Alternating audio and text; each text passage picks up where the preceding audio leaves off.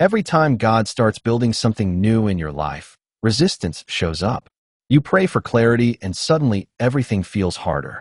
You take a step forward and criticism appears. You finally start healing and fear gets louder. A lot of people think that if God is in something, it should be easy. But many times, the opposite is true.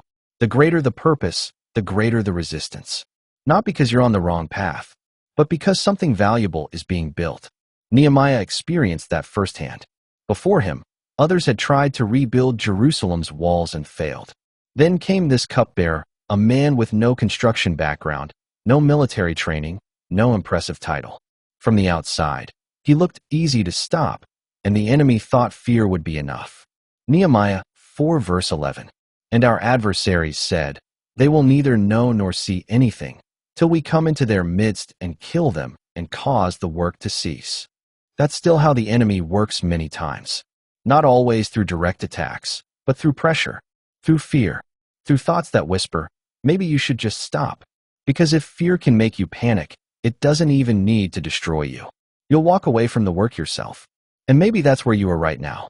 You've started rebuilding something in your life, your faith, your peace, your discipline, your purpose, and suddenly there's resistance everywhere.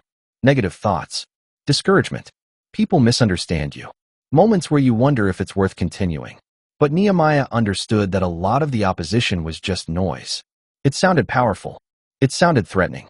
But it did not have any authority. That's why your response matters so much. You can be doing the right thing and still cause damage by reacting the wrong way. One emotional reaction, one impulsive decision, one moment of fear, and suddenly you're tearing down what God was rebuilding. Proverbs 15 verse 1. A soft answer turns away wrath, but a harsh word stirs up anger. Your response under pressure reveals more about your character than your response when life is easy. Nehemiah refused to lose focus. He didn't argue with every critic. He kept building, kept watching, kept trusting God. And in the end, something incredible happened. The opposition itself became proof that God was involved. Nehemiah 6 verse 16. And it happened, when all our enemies heard of it, and all the nations around us saw these things, that they were very disheartened in their own eyes, for they perceived that this work was done by our God. The enemy thought the pressure would stop the rebuilding. Instead, it revealed God's hand. So don't panic when resistance comes. Don't assume opposition means you should quit.